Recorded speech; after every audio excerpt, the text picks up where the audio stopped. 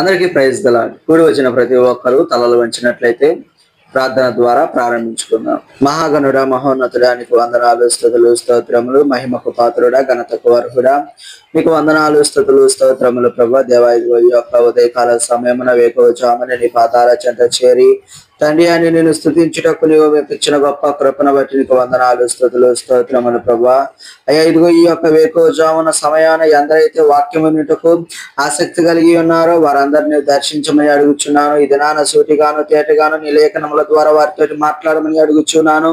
నేను మాట్లాడితే వ్యర్థమునైనా నీవు వారితో మాట్లాడితేనే ఆ వాక్యము వారి హృదయాంతరంగములో ఫలించేటువంటిది అయి ఉన్నదని విశ్వసించి నమ్మకం ఉంచి ఆది నుంచి అంతం వరకు నీవే అధ్యక్షత వహించమని అడుగుచు రాజు మా రక్షకుడైన నజరేయుడైన యేసు అతి పరిశుద్ధ నామములో ప్రార్థించి స్తుతించి అడిగి వేడుకొని పొందుకొని ఉన్నాము తండ్రి, ఆమేన్. అందరికీ ప్రైజ్ ది లార్డ్. ఈరోజు మనం చెప్పుకొనబోయేటువంటి అంశము, క్రీస్తు రాకడకు నీవు సిద్ధముగా ఉన్నావా?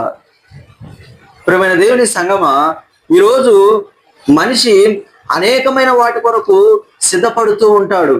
చిన్న బిడ్డలు అయితే బడికి వెళ్ళుటకు సిద్ధపడుతుంటారు. ఉద్యోగం చేసేటువంటి వారైతే ఉద్యోగానికి వెళ్ళటానికి సిద్ధపడతారు.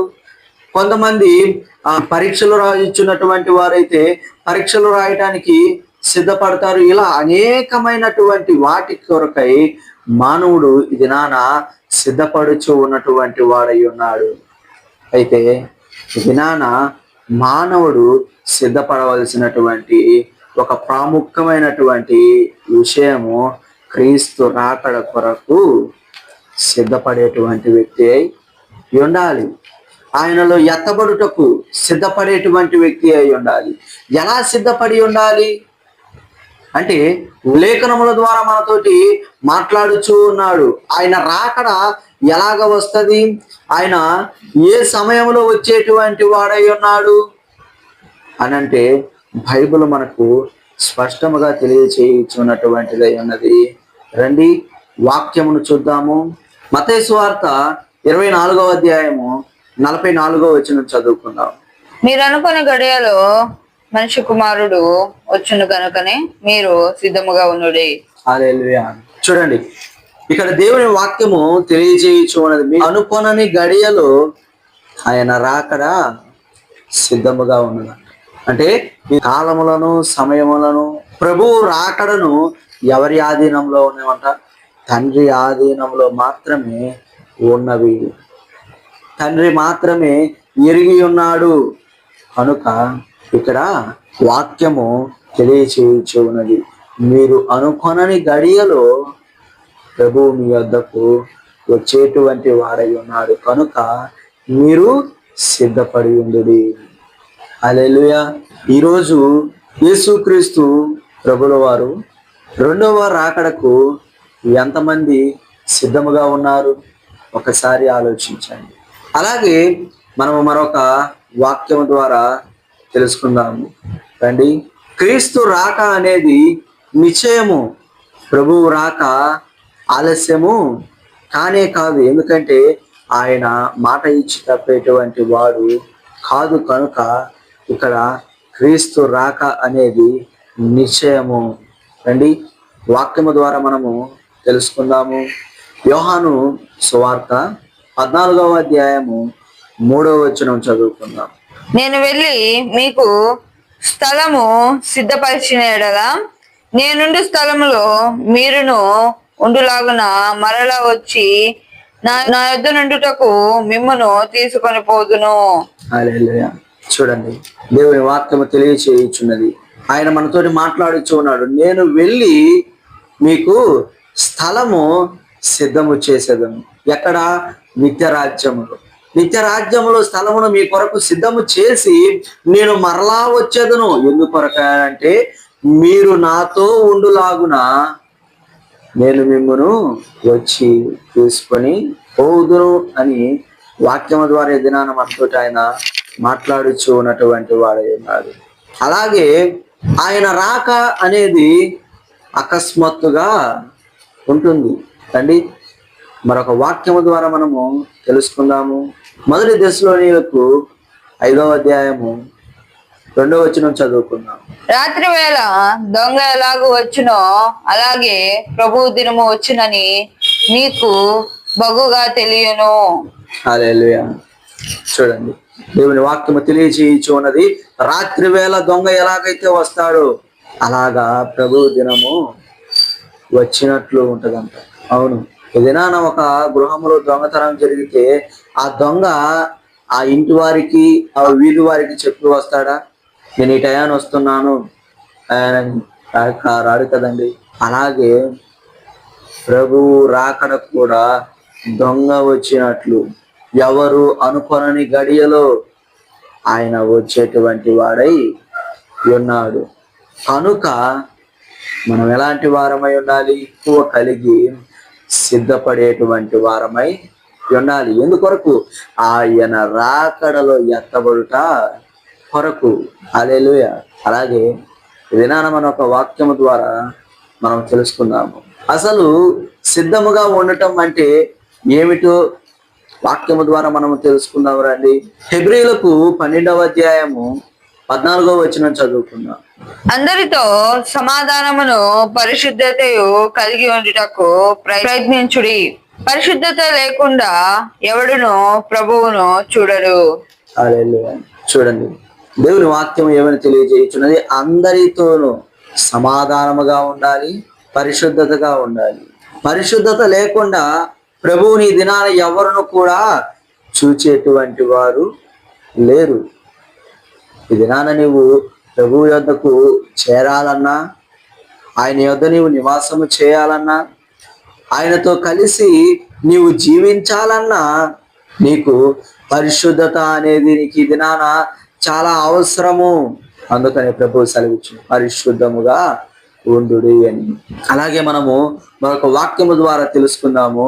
లూకాసు వార్త 21వ అధ్యాయము 36వ వచనం చదువుకుందాం. సిద్ధంగా అంటే ఎలాగ ఉండాలో. కాబట్టి మీరు జరగబోవు వీటినెల్లను తప్పించుకొని మనుష్య కుమారుని ఎదుట నిలవబడుటకు శక్తి గల వారవునట్లు ఎల్లప్పుడూ ప్రార్థన చేయొచ్చు మెలకువగా ఉండుడని వారితో చెప్పాను. హల్లెలూయా. చూడండి, సిద్ధపడటంలో మొదటిది పరిశుద్ధత అయితే రెండవది ప్రార్థన కలిగినటువంటి జీవితం. ప్రార్థనలో మనము మెలకువ కలిగినటువంటి వారమై ఉండాలి. ప్రార్థనతో మనము ఆయన రాకడలో ఎత్తబడుటకు సిద్ధపడేటువంటి వారమై ఉండాలి. ఇది ఆయన నిన్ను నన్ను మెలకువగా ఉండుడి, సిద్ధముగా ఉండుడి అని లేఖనముల ద్వారా తెలియచేయచ్చు ఉన్నటువంటి వాడై ఉన్నాడు. ఎందుకనంటే ఆయన రాకడ ఎప్పుడు వస్తుందో ఎవరికి కూడా తెలియదు. కనుక ప్రతి విషయమందు మీరు సిద్ధపాటు కలిగి ఉండాలి. హల్లెలూయా. ఇంతవరకు మనము సిద్ధముగా ఎలాగ ఉండాలో చూసాము.